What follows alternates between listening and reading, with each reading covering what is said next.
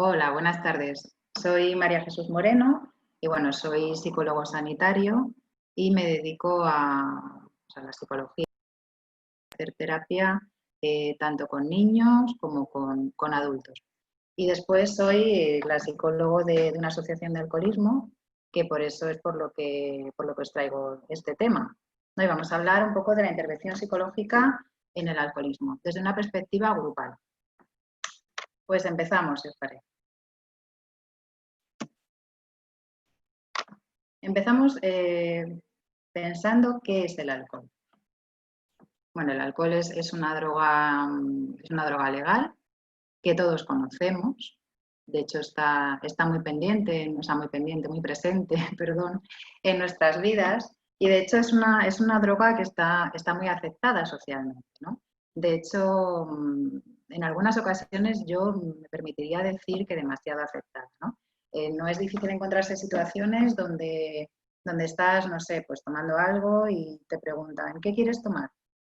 Y a lo mejor pues prefieres pedirte un refresco y demás, y hay como una presión social, ¿no? Para que, ¿cómo te vas a pedir un refresco? No, pues tómate una cerveza o tómate un vino. Y esto, bueno, pues desde el punto de vista de la enfermedad alcohólica sí que puede representar un problema, sobre todo para enfermos que están en rehabilitación. Después lo vemos. Entonces, el alcohol. El alcohol es una droga depresora del sistema nervioso central que inhibe progresivamente las funciones cerebrales. Afecta a la capacidad de autocontrol, produciendo inicialmente euforia y desinhibición, por lo que puede confundirse con un estimulante. Es decir, afecta a la capacidad de autocontrol, por eso en algunos casos sí que se puede ver que los enfermos alcohólicos se vuelven agresivos, que si no estuviesen en consumo, pues es una agresividad que no presentarían. ¿Qué efectos tiene? Pues los efectos son la desinhibición, euforia, relajación, aumento de sociabilidad, dificultad para hablar, dificultad para asociar ideas y descoordinación motora. Luego, por otro lado, si la concentración de alcohol en sangre supera los 3 gramos por litro, puede aparecer la somnolencia, apatía e incluso el coma o la muerte, ¿no? Todos hemos visto imágenes en televisión de personas pues, que han bebido en exceso y tienen un coma etílico, y cada vez personas más jóvenes, ¿no? Desgraciadamente, pero es así.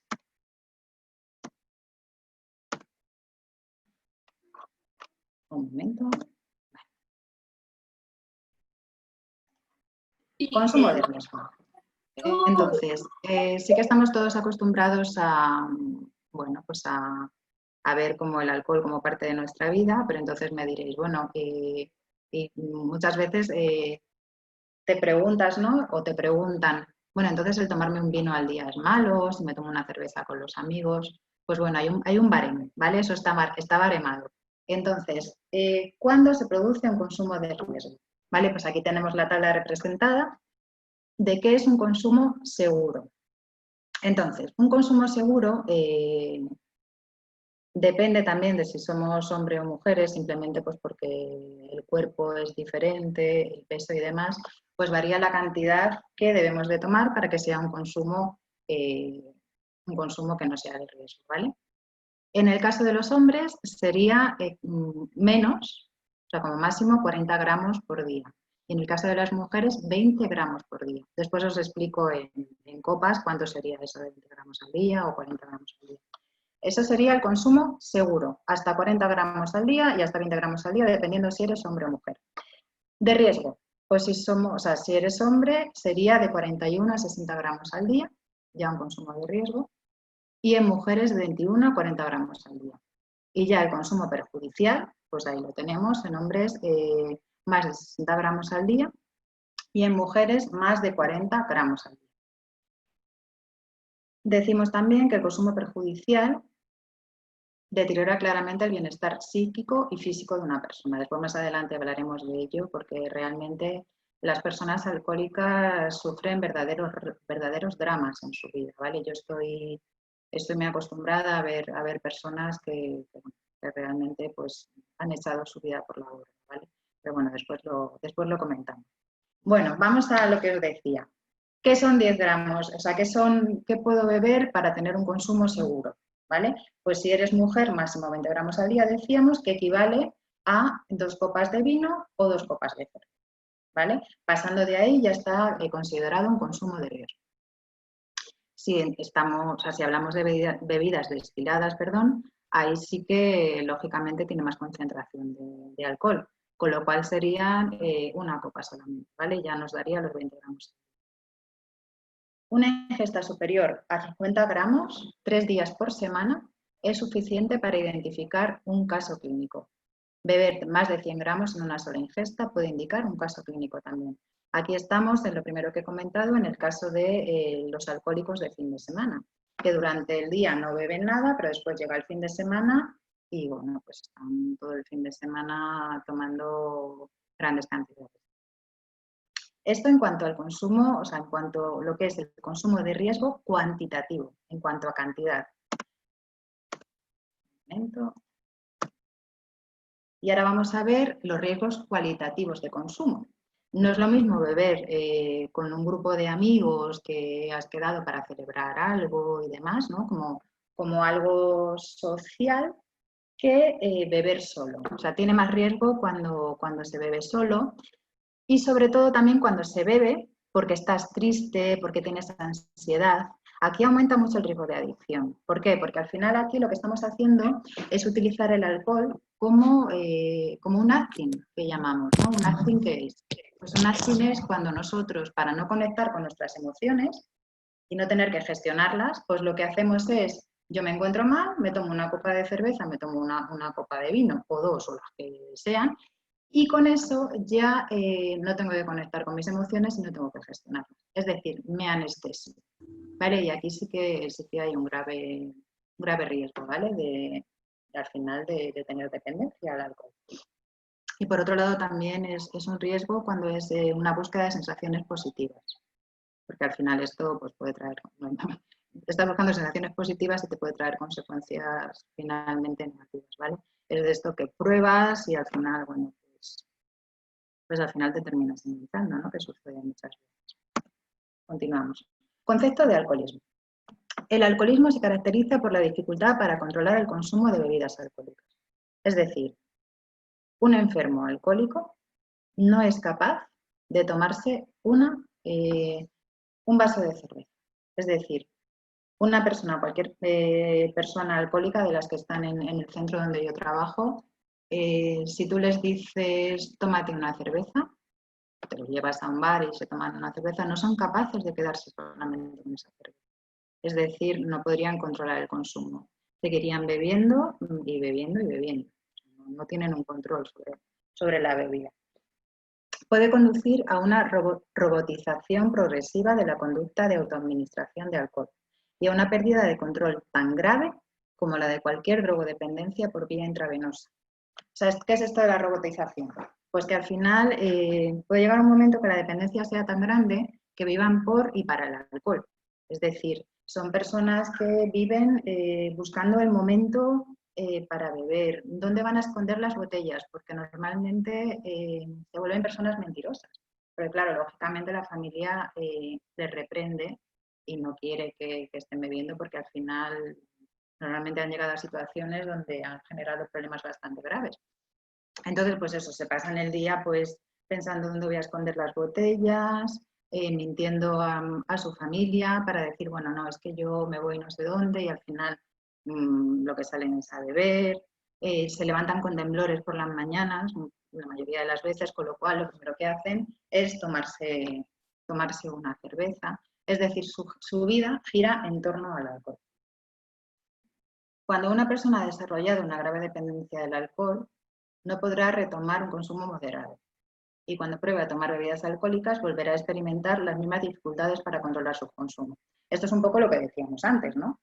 Es decir, hay muchas personas que sí que es verdad que, bueno, luego os hablaré de los niveles, ¿no?, que tenemos en la asociación, pero hay muchas personas que sí que cuando entran en la asociación, ¿no?, y les metemos en el primer grupo de enfermos alcohólicos, es como que, claro, te hacen preguntas como diciendo, bueno, es que entonces yo no voy a poder beber nunca más. Hombre, pero si yo aprendo a beber, ¿no? Pues podré seguir bebiendo y demás. Y claro, poco a poco y con el apoyo del grupo, ¿no? Y lo que van viendo de los demás, pues se van dando cuenta de que no, o sea, de que no van a poder beber. También es cierto, ¿vale? Que todo depende. Todo depende. O sea, vosotros sabéis que en psicología, sobre todo los que estéis ahí, seáis psicólogos, me imagino que seréis la mayoría, o estudiantes de psicología, vosotros sabéis que en psicología todo va por orientaciones y bueno, que hay muchas maneras de tratar al final la misma enfermedad, ¿no? O el mismo trastorno. Entonces yo sí que me he encontrado en algunas asociaciones o bueno, algunos profesionales que sí que creen que una persona cuando llega a terapia, cuando llega a buscar un tratamiento para su enfermedad, sí que tienen, o sea, toman en cuenta el que si no vienen de un consumo excesivamente alto, pueden intentar que esas personas lleguen a conseguir un consumo moderado, llegar a beber de una manera que no sea un consumo de riesgo, ¿no? Como veíamos antes. Y entonces creen en ello y bueno, y se orientan el tratamiento hacia ahí. Pero yo por mi experiencia, o sea, si eres un enfermo alcohólico, tienes que dejar el alcohol de por vida, o sea, para siempre, para siempre. Y esto les cuesta mucho. Pero bueno, luego os cuento un poco más. Conceptos asociados al alcohol. Estos son los tres conceptos, bueno, hay muchos más, pero estos son tres conceptos básicos que debemos de conocer si estamos trabajando al final con enfermos alcohólicos, ¿no? La tolerancia. ¿Qué es la tolerancia? A medida que el organismo se va adaptando a la presencia regular de la sustancia, se necesita una mayor cantidad para producir los mismos efectos. ¿Esto qué significa?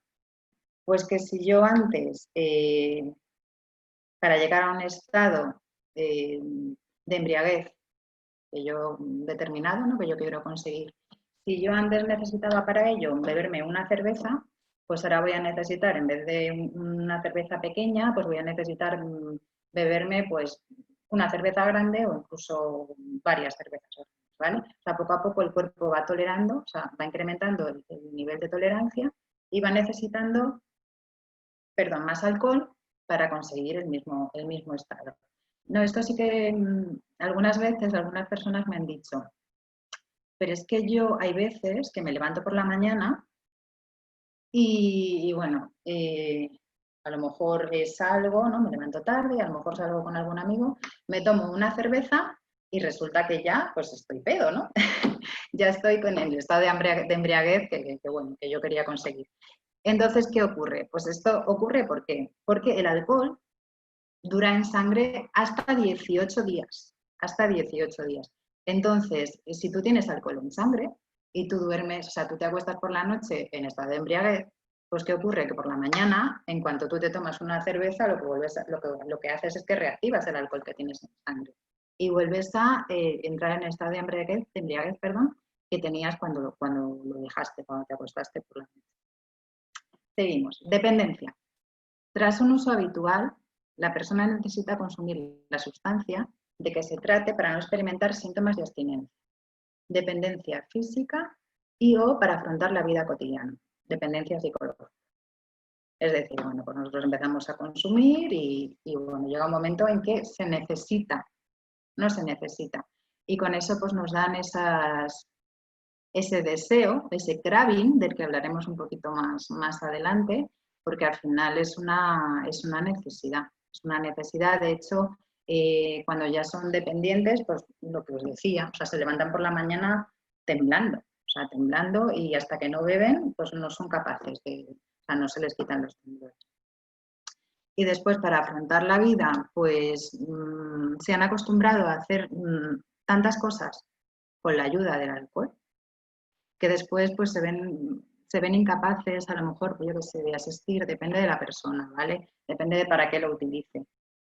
Pero hay veces pues que se ven pues incapaces de asistir a una entrevista de trabajo, incluso de quedar con un grupo de amigos si no han tomado una cerveza antes, ¿vale? Entonces, claro, les cuesta. Una vez que empiezan a dejarlo, afrontar la vida cotidiana sin la ayuda del alcohol, es una de las cosas que trabajamos en la asociación, ya luego os cuento cómo, porque sí que les cuesta. Síndrome de abstinencia. El síndrome de abstinencia es un conjunto de reacciones físicas o corporales que ocurren cuando una persona deja de consumir. Y de consumir sustancias, pues la sustancia o las sustancias a la que es adicta, ¿vale? El síndrome de abstinencia en alcoholismo es un síndrome diferente al de otras drogas, ¿vale? O sea, sí que es un síndrome que es peligroso, o sea, es necesario tenerlo en cuenta. Más adelante os lo he puesto en otra diapositiva. ¿Por qué? Pues porque dependiendo de la persona, depende de la cantidad de alcohol que consuma, sí que puede llegar a desarrollar un síndrome de abstinencia bastante complicado, ¿vale? Bastante complicado. Y bueno, de hecho podemos llegar a tener pues un delirium tremens y bueno, pues, alucinaciones y cuadros físicos bastante complicados, incluso llegando a necesitar hospitalización. Con lo cual, bueno, hay que prestarle especial atención al síndrome de abstinencia. Consecuencias neuropsiquiátricas del consumo excesivo de alcohol. Vale, pues se dan varias. Por un lado tenemos trastornos psicóticos, alucinaciones transitorias, alucinosis alcohólica, intoxicación con síntomas psicóticos y celotipia. Trastornos del comportamiento, intoxicación patológica. Esto se da muchas veces pues enfermos alcohólicos que han tomado una cantidad importante de alcohol. Entonces es común pues ver cómo a lo mejor les tienen que ingresar, ¿no? Y llegan al hospital pues prácticamente con un coma etílico y con un trastorno de comportamiento, ¿no? O sea, les ves como que van pegando a los enfermeros, que van pegando a los médicos y demás, y bastante desagradable. Trastornos cognitivos. Amnesia episódica o persistente, como en el síndrome de Korsakoff. Deterioro cognitivo y demencia. Tóxica, alcohólica o por déficit vitamínico, de vitamina B, de vitamina B1 en concreto. Yo, bueno, antes de abrir mi propia consulta, pues sí que, bueno, aparte de estar en otras clínicas trabajando, ¿no? Pasando consulta, sí que también trabajé durante una temporada en residencias de ancianos. Y una vez me llamó mucho la atención porque vi a una chica que era bastante jovencita y estaba en el módulo, que el módulo es, pues, al final la zona de la residencia donde están las personas más demenciadas, las que están peor. Y claro, yo pregunté, digo, bueno, esta chica sí que es verdad, ¿no? Que algunas demencias pueden empezar relativamente pronto, pero me llamó la atención. Y nada, me comentaron pues que era una demencia alcohólica y la chica estaba bastante demenciada. Es decir, a nivel cognitivo destroza, el alcohol destroza.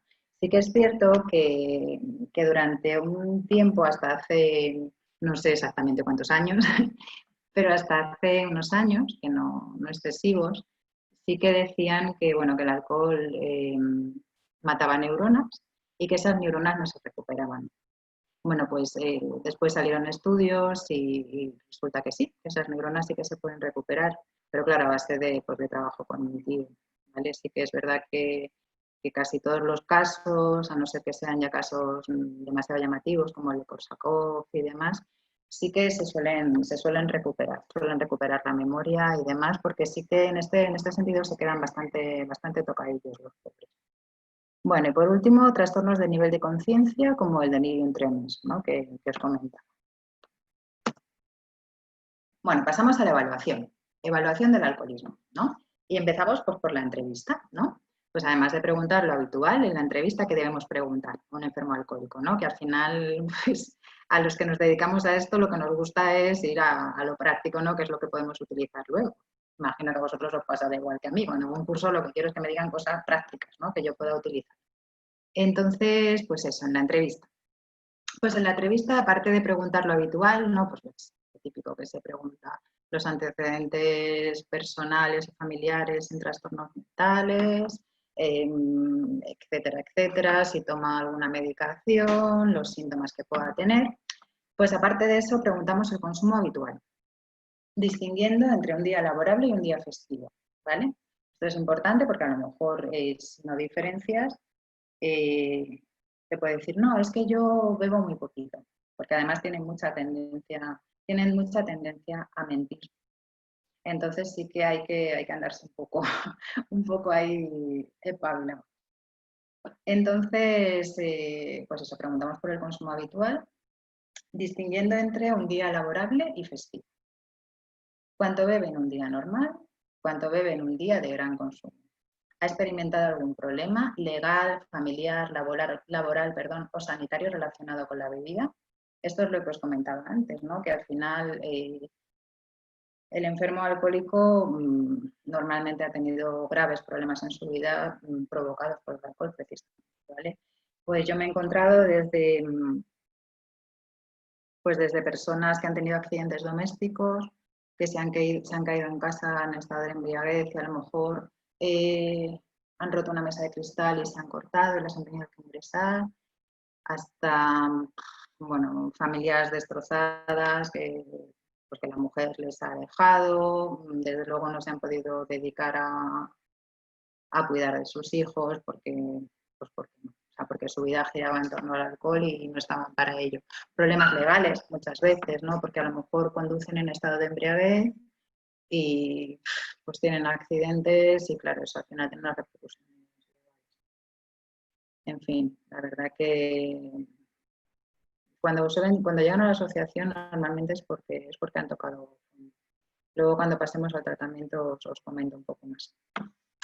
También tenemos que preguntar, muy importante, sobre la frecuencia del consumo, ¿vale? Si es continuado o episódica, si ha sido algo puntual o es un consumo continuado, ¿vale? Número de días de abstinencia, si es que él ha intentado ya empezar a dejar de beber antes de pedir ayuda. Y todos estos datos, bueno, lo he puesto aquí, lo de corroborar datos con la familia, pero vamos a corroborar todos los datos, ¿vale? Porque al final ya sabemos que al principio como que no nos podemos fiar mucho de ellos, ¿vale? Todos estos datos se pueden corroborar con un autorregistro, ¿no? En que vayan apuntando, ya que informan normalmente de una menor cantidad de la real, ¿no? de lo que han vivido. Muchas veces también pues es porque les da vergüenza reconocerlo y porque entran en esa robotización que decía antes, ¿no? O sea, se acostumbran a mentir a las familias pues al final para decir, no, si yo no estoy consumiendo, si me he ido a dar una vuelta con mi amigo o me he tomado nada más que una, ¿no? O sea, al final entran un poco en ese rol, ¿no? Y bueno, ya os digo que suelen mentir bastante. También preguntaremos por la historia de consumo, el primer consumo, cuándo fue, los reforzadores y los castigos, en fin, qué cosas positivas les ha acarreado la bebida, ¿no? Y los castigos, cómo se han sentido castigados con ella. Luego los antecedentes personales y familiares en el consumo de alcohol y las disposicionales de consumo. Las disposicionales son las características que yo tengo, ¿no? Que pueden hacer, no son determinantes, pero pueden hacer que yo consuma alcohol, ¿vale? Entre otras disposicionales, estaría la historia familiar de consumo de drogas y los trastornos psiquiátricos. Vale, más cosas que preguntaremos. ¿Quién conoce el problema? Aquí preguntaremos por los apoyos y por la red social al final que tiene esta persona para apoyarse. Las motivaciones para no dejar el consumo, muy importante. Y por otro lado, las motivaciones para dejarlo. Porque vienen a consulta y después, aparte, bueno, de la observación, ¿no? Muy importante en nuestro trabajo, ¿no? La observación de si les vemos que tienen autocontrol o no, la conducta no verbal tan importante. También intentaremos preguntar sobre el autocontrol, ¿vale? También preguntaremos sobre si tienen algún problema con las habilidades sociales y también es algo que tenemos que observar nosotros. Luego los mitos y creencias sobre consumo. Existe por ahí también algún formulario que además es gratuito en internet sobre las creencias del enfermo alcohólico, ¿no? Que muchas veces esas creencias es lo que le hace no poder dejar el alcohol, ¿no? Son limitantes para ello. Le preguntaremos sobre el ocio y el tiempo libre, las soluciones intentadas, ¿no? qué ha intentado y por qué cree que recae, que esto es muy importante al final tenerlo en cuenta para más adelante en la prevención de recaídas, una vez que ya están en abstinencia. Y la cadena típica, o sea, conductual típica de consumo. Bueno, más cosas para la evaluación. Existen una serie de cuestionarios, ¿no?, que nos ayudan a evaluar. Aparte, bueno, tenemos nuestra DSM-5 de siempre, donde están unos criterios diagnósticos que te marcan cuando una persona pues, es un enfermo alcohólico o no lo es, ¿no? Pero bueno, aquí también tenemos el apoyo de cuestionarios. Y por un lado os he plasmado aquí en el PowerPoint los cuestionarios de screening, ¿no?, de identificación, que son breves, requieren poco tiempo de aplicación y pueden administrarse a sectores amplios de la población. Perdón. El objetivo es detectar de forma temprana los problemas relacionados con el abuso del alcohol. Y entre ellos está pues, el CATE y el AUDIT, ¿vale? Ahí tenéis los autores. Y después están los cuestionarios diagnósticos, ¿no?, que ya no es tanto un screening, sino un cuestionario diagnóstico previamente dicho. Incluyen pruebas subjetivas y marcadores biológicos, que ahí sí que no nos pueden mentir, porque si al final les haces un análisis de sangre, ¿no?, o de orina, pues ahí sí que no nos pueden mentir. Entonces, pues lo dicho, pruebas subjetivas y marcadores biológicos que sirven para contrastar la información aportada por los pacientes. Por la inversión de tiempo y dinero que suponen, solo se utilizan en aquellos casos que se trata de llevar a cabo una confirmación diagnóstica de un alcoholismo detectado por otros medios, como un cuestionario de los anteriores de identificación, información de familiares, etc.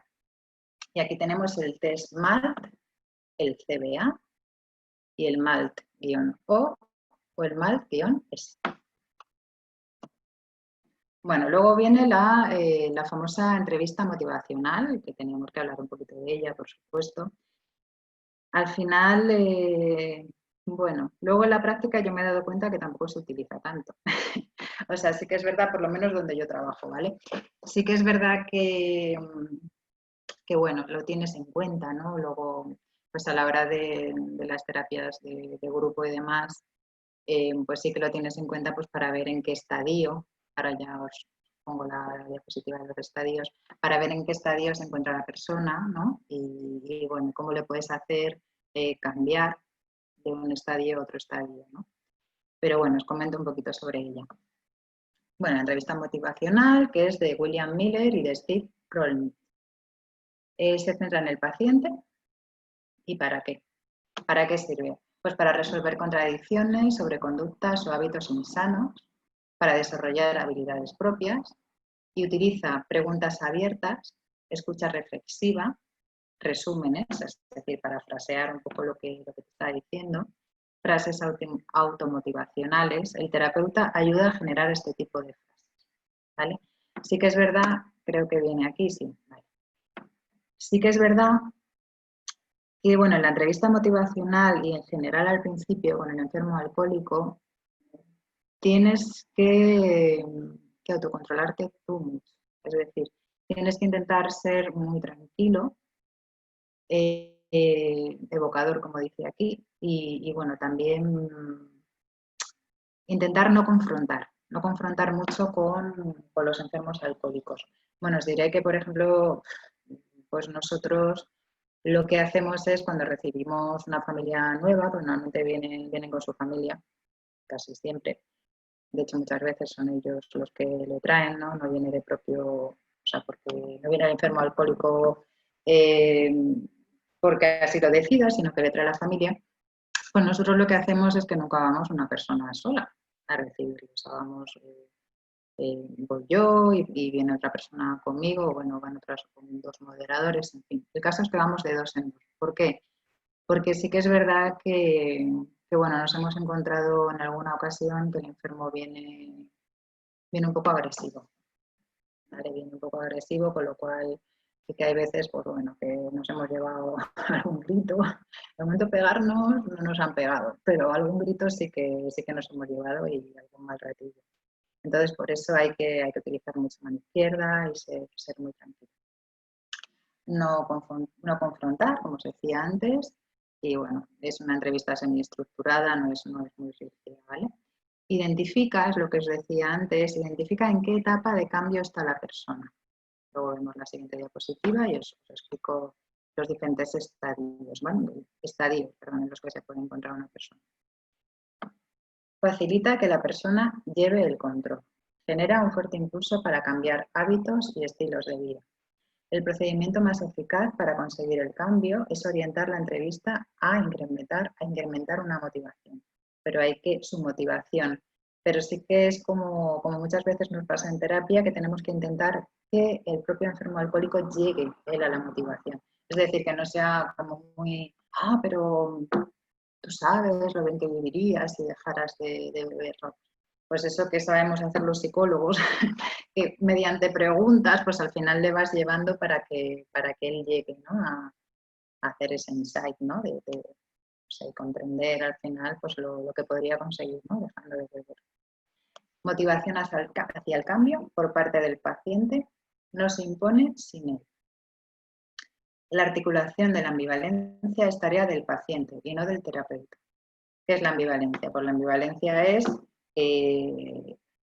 al final la disonancia, ¿no? Que tienen entre quiero dejar de beber y no quiero dejar de beber, ¿no? Al final siempre hay como una balanza, ¿no? Como una balanza entre las ventajas de seguir bebiendo y las ventajas de dejar de beber, ¿no? Y esta balanza va a estar muy presente siempre en la terapia y al final es muy importante que pese más el lado de dejar de beber, ¿no? Porque al final eso es lo que nos va a hacer estar motivados.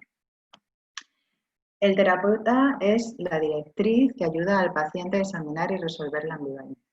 ¿Vale? O sea, estás acompañando a que el paciente propio examine y resuelva esa ambivalencia, ¿no? Esa balanza. Bueno, pues estos son los estadios de los que habla la entrevista motivacional, ¿no? Estadios que es en qué punto me encuentro yo, ¿vale? Entonces está la primera fase, que es la fase de precontemplación, que muchas veces vienen así, pero como vienen obligados por la familia, pues bueno, ahí están los hombres o las mujeres, pero muchas veces vienen así, ¿no? En esta etapa, en esta fase de precontemplación. La persona no se da cuenta de que existe un problema, no está motivado para buscar ayuda, por lo que no busca ayuda, y si la busca es porque le obligan. Y acumulan consecuencias negativas, ¿no? Lo que os decía de problemas legales, problemas físicos, problemas familiares, etc. Después vendría la fase de contemplación, que comienza la ambivalencia, que ya se empiezan a plantear cosas, empieza la disonancia de, bueno, será mejor dejar de beber, no se lo empiezan a plantear. Y vienen a consulta, pues obligados por la familia, lo que decía antes, a veces ya vienen en esta fase, pero a veces también en la anterior. Y el problema sigue evolucionando. Considera el cambio y a la vez lo rechaza. Está ahí, pues una disonancia cognitiva que no sabe qué hacer, si sí o si no. Y aquí el terapeuta pues tiene un papel fundamental, ¿no? O sea, al final, poco a poco, pues te vas creando con recursos, pero eso al final lo hace la experiencia, te vas creando recursos para poder hacerles pasar pues a la siguiente fase, ¿no? Por ejemplo, yo recuerdo que con un paciente, pues no hace demasiado, antes del confinamiento, pues estaba en una terapia de nivel 1, ¿no? Y bueno, le había traído la familia, pero él pensaba que no, o sea, que no tenía ningún problema, que él controlaba el alcohol, bueno, lo que siempre dicen, ¿no? O muchas veces dicen. Entonces, bueno, pues nosotros sabíamos por lo que nos habían contado los familiares que al final se trataba efectivamente de un enfermo alcohólico, ¿no? Y que ya había trastornado significativamente su vida, ¿no? El consumo de alcohol. Entonces, bueno, pues estando en terapia, pues nos dijo, no, porque yo controlo, si yo realmente esto para mí no es un problema. Entonces, claro, no te vas a meter a confrontar porque eso no sirve de nada. Entonces, pues le dijimos, bueno, pues si realmente no tienes problema, oye, pues igual es verdad. Igual no tienes un problema con el alcohol. Igual lo puedes dejar cuando tú quieras. Entonces, bueno, pues vamos a hacer una prueba. Vamos a estar hasta la siguiente sesión, que para la siguiente sesión faltaban, creo que eran 4 días, 4 o 5 días. Entonces, bueno, pues si en estos 4 o 5 días tú no has consumido, pues mira, significa que al final no vas a tener un problema. Y lógicamente no pueden dejarlo y pues poco a poco vamos ahí a pico y pala, intentando bueno, pues que se vayan dando cuenta. Siguiente fase, preparación, determinación. Ven la necesidad del cambio. Las evidencias del daño se hacen obvias para el sujeto. Y aquí sí que se motivan a buscar ayuda o la manera de salir de la situación. Las personas ya no quieren seguir viviendo en esta situación y quieren colaborar en los cambios. Acción. Llevan a cabo los pasos y estrategias para el cambio, ¿no? O sea, que ya es cuando empiezan a trabajar activamente, ¿no? en su abstinencia. Mantenimiento. Hay que mantener los cambios realizados para que no haya una recaída. Se previene la recaída, identificación de situaciones de riesgo, muy importante, eso ya lo veremos después en los grupos. Y estrategias a utilizar, etc. Y después también hay veces que están en la fase de recaída, por desgracia se dan muy a menudo. Se dan muy a menudo las recaídas, pero bueno, lo importante es que si hay una recaída que sigan yendo a terapia, porque bueno, pues al final normalmente llega un momento en que son capaces de mantenerse en abstinencia por personas que están en la asociación que llevan 19, 20 años incluso más. Continuamos. Tratamiento. Lo primero que os he puesto, muy importante derivar al paciente a atención primaria para valorar posibles riesgos de la abstinencia, ¿no? Lo que os decía antes, o sea, es una abstinencia muy heavy. Entonces, como puede tener mucho riesgo para su salud, o sea, lo primero que tenemos que hacer es derivarle a atención primaria, que aquí se llama atención primaria, que es al final a un médico, ¿no? A un médico para que valore si al final puede tener un riesgo de una abstinencia complicada. ¿Vale? Una vez que deje de beber y esté en abstinencia, pues los primeros momentos que sean complicados y pueda tener pues eso, pues un delirium tremens o sin llegar a eso, pues pueda ser una abstinencia complicada. ¿Por qué un tratamiento grupal? Bueno, ya aparece en el título, o sea, yo voy a explicar una perspectiva grupal, ¿no? ¿Y por qué? Sí que es verdad que si miramos estudios que se han hecho, los estudios dicen pues, que no es que una sea más eficaz que otra. O sea, no se contempla el que el tratamiento grupal sea más eficaz, pero yo por mi experiencia, ¿dónde está el tratamiento grupal? Porque al final tiene una serie de ventajas que bueno, os voy a comentar ahora. Aumenta la adherencia al tratamiento, o sea, el que la persona venga a terapia y siga viniendo a terapia, ¿vale? O sea, que esté ahí pues enganchado al tratamiento, ¿no? Sobre todo por la pertenencia al grupo. Permite el insight mediante un proceso de identificación, ¿no? Permite al final, pues eso, que si los demás han podido, pues ¿por qué no voy a poder yo? Se muestra la universalidad vivida de sentimientos y reacciones, que aquí hay una frase que yo les digo mucho, que es mal de muchos, consuelo de todos, ¿vale? Porque eso es algo que al final funciona, ¿vale? Que sí que es verdad que la frase es consuelo de tontos, pero bueno, al final el ver que los demás están como yo y que estoy en un sitio donde me comprenden, pues me hace sentir bastante, ¿vale? Se demuestra que son posibles otros tipos de conducta, porque vemos a los demás, ¿no? que van avanzando, entonces si ellos lo hacen, pues yo también voy a poder ejercer esos tipos de conducta. Es un lugar adecuado para experimentar nuevas conductas porque se hacen actividades grupales, ahora os comento, y ayuda a contrarrestar la influencia social, la reestructuración del estigma, ¿no? Porque al final sí que en una terapia de grupo pues los compañeros te van a entender porque están igual que tú, pero después a nivel de la sociedad pues sí que es verdad que son enfermos que tienen bastante estigma social. ¿Cómo se organiza una terapia grupal? Bueno, os quería comentar, así es como lo organizamos nosotros, bueno, y en otros muchos centros, ¿vale? Pero terapias grupales hay muchos tipos, ¿no? Como os decía antes, que cada uno al final pues trata las enfermedades o los trastornos psicológicos o psiquiátricos con una orientación diferente, ¿vale? Entonces existen más tipos de terapia de grupo, pues tipo enfermos Alcohólicos Anónimos, 12 pasos, grupos de recaídas, etcétera. Pero bueno, yo os voy a hablar de este, que la verdad es que funciona, un poquito para que os hagáis una idea, ¿vale? Entonces, nosotros tenemos varios grupos, que es primero un grupo inicial de enfermos, cuyo objetivo es dejar de beber. Grupo de continuación de enfermos, cuyo objetivo es el cambio y el crecimiento personal. cambio personal y crecimiento personal. Grupo inicial de familiares de apoyo a enfermos, es decir, son familiares de los enfermos alcohólicos, y aquí el objetivo pues, es explicarles cómo pueden apoyar a sus enfermos, ¿no? A sus familiares.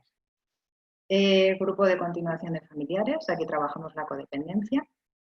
También hacemos sesiones de solución de conflictos familiares y actividades en grupo tanto en el interior de las instalaciones como en el exterior. Bueno, grupo inicial de enfermos alcohólicos. Aquí sobre todo pues lo que hacemos es que aprendan a dejar de beber, ¿no? Entonces trabajamos el control del ansia por beber, del craving, ¿no? Que es el deseo de beber, que ellos llaman llamadas alcohólicas. Y aquí lo que hacemos es un control estimular muy restrictivo. Pues no pueden tener alcohol en casa, no pueden llevar dinero, etcétera, ¿vale? Dar prioridad a dejar de beber. Tienen que postergar las decisiones personales y nuevas responsabilidades. Y delegar en otros responsabilidades estresantes si es posible. Es decir, mi prioridad tiene que ser dejar de beber, ¿vale? Y lo demás lo tengo que dejar para más adelante. Dar respuestas a este craving o a este deseo de beber. Y por un lado se le da respuestas conductuales, les enseñamos a que den respuestas conductuales, que puede ser una ducha, llamar a alguien por teléfono, beber agua con azúcar, evitar hábitos y comportamientos alcohólicos, como pueden ser la agresividad o la prepotencia, realizar ejercicio físico habitualmente, entrenamiento en relajación, utilización de interdictores, que os explico lo que es, ¿no? Aquí los que hay es el Antabus y Cosme. Estos son unos medicamentos que tú los tomas y... Perdón. Vale. Es una medicación, ¿no? Que lo que hace es que tú lo tomas diariamente, una pastilla diaria, y lo que hace es que si tú consumes alcohol te da una reacción alérgica, pero bastante potente. Es decir, te tienes que ir al hospital. Con lo cual eso ya pues es un motivador para dejar de beber importante.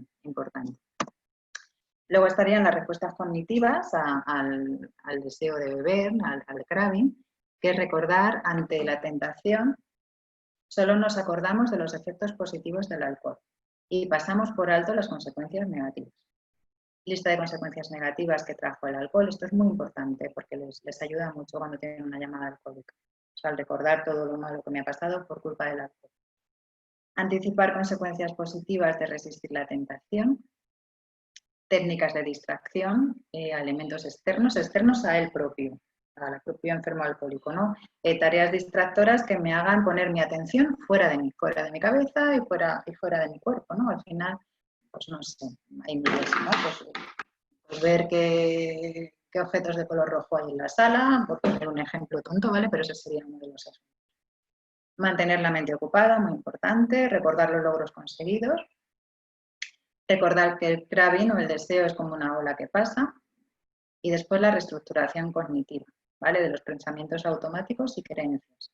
Es decir, cada vez que a mí me venga un pensamiento automático de, pues, tú bebes y total, por uno no te va a pasar nada, ¿no? Pues estar ahí, o sea, entrenarles para que respondan, ¿no? A ese pensamiento automático. Bueno, conceptos claves de la intervención en el grupo 1 con alcohólicos. Pues es muy importante tanto la motivación, la adherencia al tratamiento, que os decía, o sea, es muy, muy importante, independientemente de la fase en la que estén, ¿vale? Si están en las fases que os decía antes, ¿no? La fase precontemplativa, contemplativa, da igual. O sea, lo importante es que vayan a la asociación, que vayan a terapia y que sigan yendo. Porque en algún momento lo más probable es que se enganchen a la terapia, ¿no? Nosotros decimos que se enganchen. Pero claro, para que eso suceda, tienen que seguir yendo a terapia. Entonces, eso es muy importante. Y luego las expectativas de autoeficacia. También es importante, o sea, si yo voy a ser capaz o no voy a ser capaz de poder al final salir de esta enfermedad. Estrategias específicas. Este es el grupo 2 de enfermos alcohólicos. Bueno, aquí se tratan varias cosas, ¿no? Pero al final, aquí ya es cuando vamos a un cambio, ¿no? O sea, tanto un cambio personal como crecimiento personal. O sea, esto, para que me entendáis, o sea, sería más bien como... O sea, aquí no es que dejemos de lado el tema del alcohol, porque tiene que estar siempre muy presente, nunca pueden bajar la guardia, ¿no? Como nosotros decimos, Pero aquí ya sería más pues como una terapia de grupo que podrías hacer pues con trastorno de ansiedad o con trastorno, yo qué sé, o con depresión, ¿no? Al final sí que, pues bueno, tratamos pues tema de técnicas de solución de problemas, desarrollo de conductas gratificantes, ¿no? La presión social, ¿no? Un poco de asertividad, ¿no? Cómo contestar si me están ofreciendo alcohol.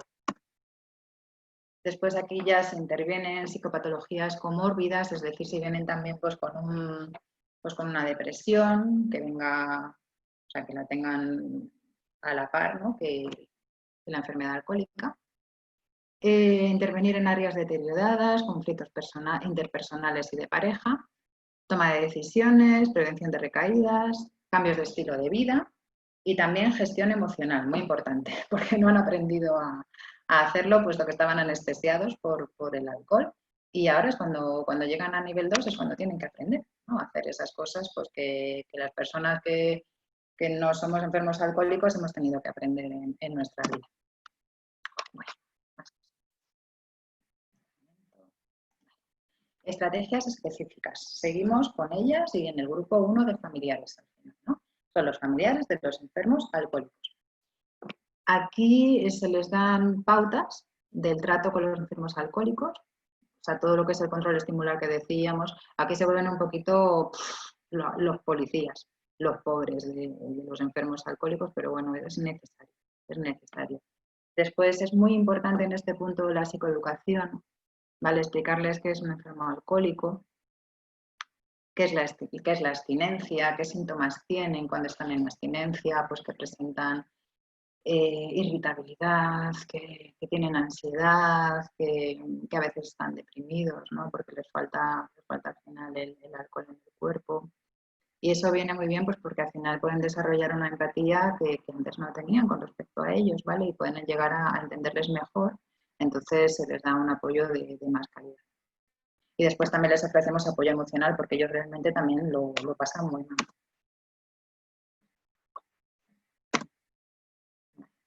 Y después estaría el grupo 2 de familiares, ¿vale?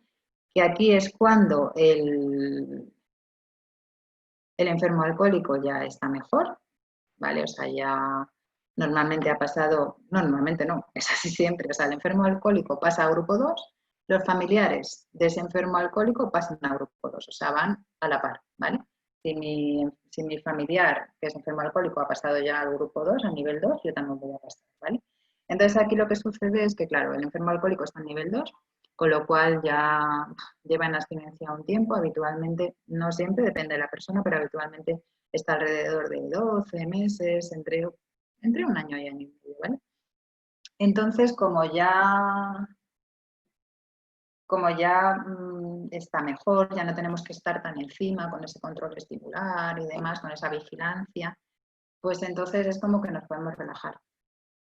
Y en ese momento es como que el familiar se siente vacío y hay personas que llegan a caer hasta en una depresión, ¿no? Porque además no están acostumbrados a mirar por sus propias necesidades, sino que miran por las necesidades de su familiar y, bueno, de repente tienen que empezar a preguntarse ¿y ahora qué? ¿Y ahora qué quiero yo? ¿Qué quiero con mi vida? Cuando llevo un montón de años luchando porque mi familiar, mi enfermo alcohólico, pues deje de beber y sea feliz. Ahora tengo que preocuparme de mi propia felicidad y eso les cuesta bastante. Bueno, y esto es todo. Espero que os haya gustado. Voy a mirar a ver si tenéis alguna pregunta en el chat e intentaré responder. Un momentito.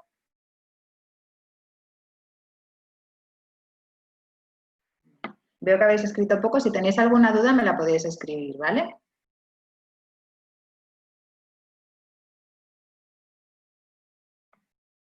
A ver, hay una duda que me dice una compi, que si una mujer embarazada o dando lactancia puede consumir alcohol.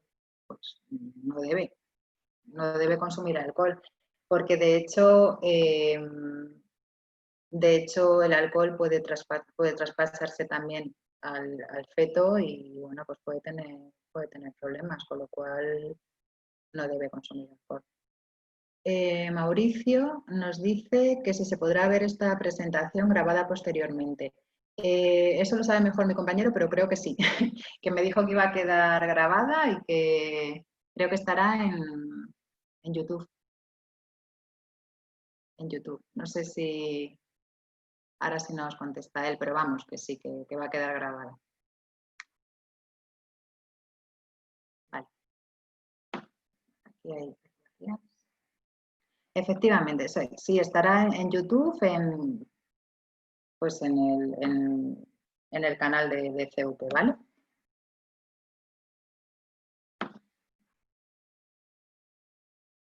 Vamos a ver una más, un momentito.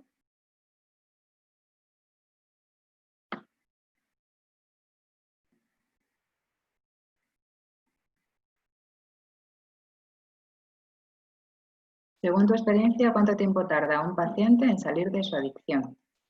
A ver, en dejar de beber, en conseguir dejar de beber y que tenga las herramientas adecuadas para poder luchar contra ese deseo o contra esas llamadas que llaman ellos, aproximadamente año, año y medio, ¿vale? Lo que os digo que es cuando ya les pasamos al nivel 2. En poder tener herramientas para luchar contra las llamadas alcohólicas. Pero realmente una persona que es adicta al alcohol lo es siempre. Me explico, o sea, un enfermo alcohólico es enfermo durante toda su vida, con lo cual nunca va a poder bajar la guardia y siempre va a tener que estar, por supuesto, después, cuando ya pasa el tiempo, sí que es verdad que ya empiezan a retomar su vida normal. O sea, cuando ya empiezan en nivel 2, pues ya pueden empezar pues, a ir a un bar, o pueden empezar con cuidado y de hecho ellos se lo preparan antes, que son muy graciosos, ellos tienen sus truquitos para preparárselo, pero ya pueden empezar a hacer vida normal. Pero sí que es verdad que siempre van a tener que andar con cautela y siempre tenerlo presente, como dicen ellos, tener muy presente el alcohol, porque el que es enfermo alcohólico lo es para toda la vida. Tenemos tiempo más.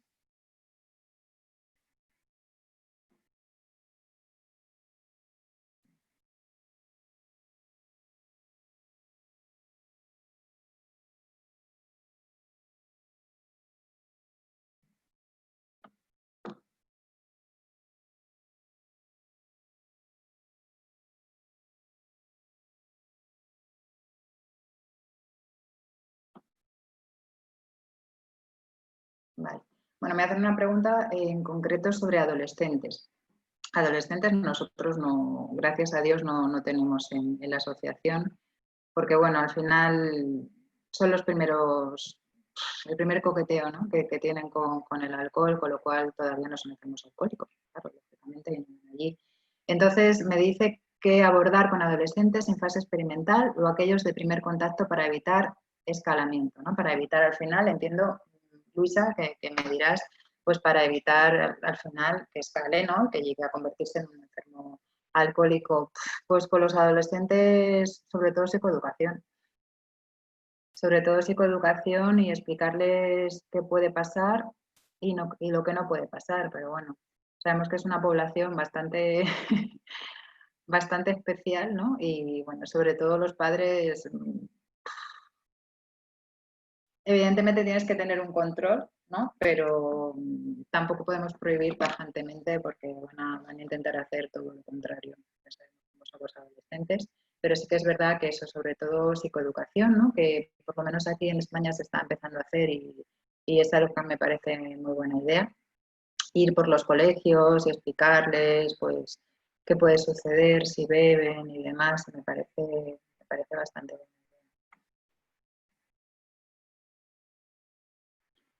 A ver, me preguntan también cómo se puede ayudar a un alcohólico que no asume su adicción. Bueno, antes he puesto un ejemplo, yo sí, que me imagino, no sé, me imagino que no estarías cuando lo he comentado. Pues bueno, al final, te cuento el caso de lo que hicimos con un chico de la asociación, que es que decía que él no era adicto,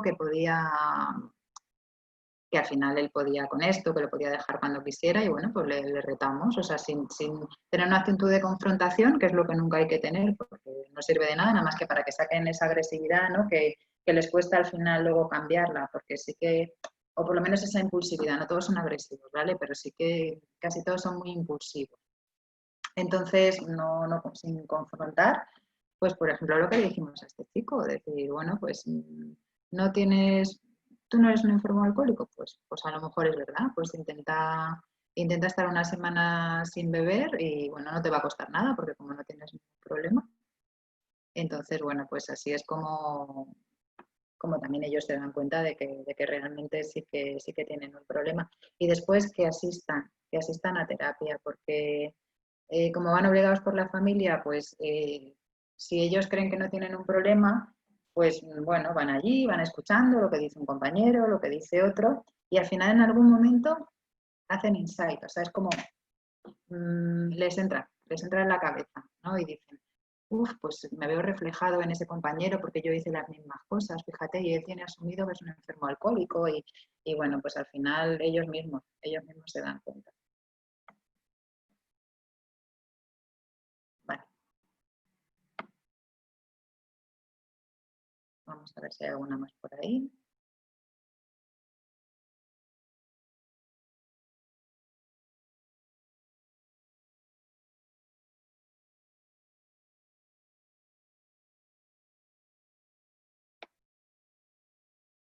¿Existen causas concretas que generan dependencia al alcoholismo?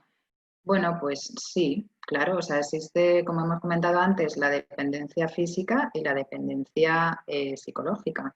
La dependencia psicológica, pues al final, ¿por qué? Pues porque tú te acostumbras a hacer una serie de cosas en tu vida que te acostumbras a hacerlas con alcohol, ¿no? Pues gestionar las emociones, lo que decíamos antes, ¿no? Pues ir a una entrevista de trabajo, incluso eso, pues una reunión social y la haces bajo los efectos del alcohol. Y después cuando tienes que hacerlo sin alcohol, pues no, realmente no te atreves. De hecho, nosotros en la asociación, como os he comentado antes, hacemos una serie de actividades que además es muy interesante. Hacemos una serie de actividades tanto internas en las instalaciones como externas, pues nos vamos de barbacoa o también hacemos bailes de salón, en fin. Y eso les hace que se enfrenten a situaciones sociales, que eso les cuesta mucho, muchas veces, la mayoría de las veces.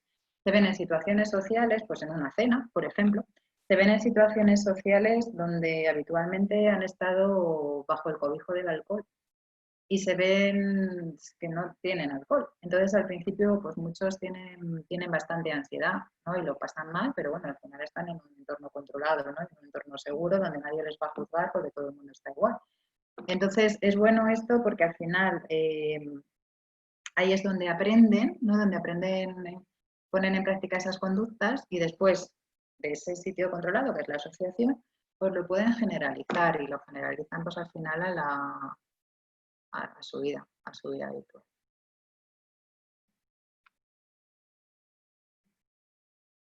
Pues ya casi es la hora y a ver si me da tiempo de contestar una que sea rapidita.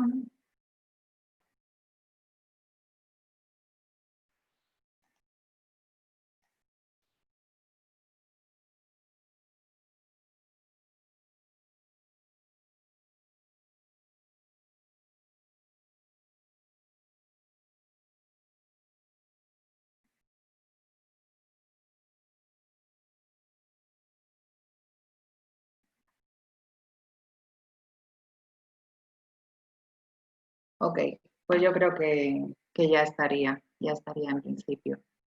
Pues nada, pues muchísimas gracias por escucharme, espero que os haya servido y nada, pues un placer, siento no haberos visto porque al final es mucho mejor si, bueno, si todos nos estamos viendo, pero al final las videoconferencias son así y ya está y no queda otra. Y bueno, pues muchas gracias y encantada de haber podido enseñar, aunque sea un poquito. Muchas gracias.